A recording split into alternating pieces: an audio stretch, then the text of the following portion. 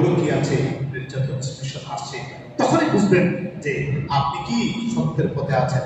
আর যখনই দেখবেন চারদিক থেকে হাদিয়া তোফা আসছে, আপনি একেবারে এসি রুমে বসে আছেন, খুব মজার মধ্যে আছেন, কিন্তু তখনই বুঝবেন যে আসলে আপনি আসলে কিনে সত্যের পথে, দিনের পরে আপনি না।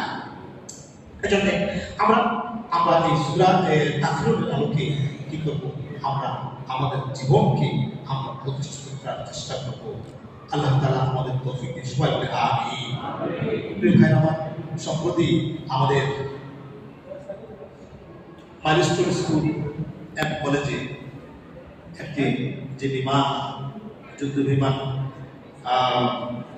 বিধ্বংস হয়ে যেই একটা অবস্থা সৃষ্টি হলো, আমরা আমাদের মুসলিমের পক্ষ থেকে আমরা আমাদের এই আমাদের যারা মুসলিমদের পক্ষ থেকে আমরা তাদের প্রতি, তাদের পরিবারের প্রতি সহমর্মিতা এবং শোক প্রকাশ করছি।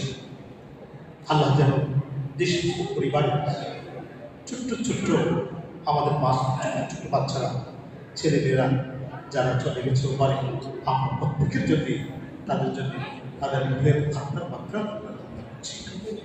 আমরা দোয়া করছি, যাতে আল্লাহ রাব্বুল আলামিন তাদেরকে জান্নাতের সুউচ্চ মাকাম দান করেন। সবাই বলে আমিন।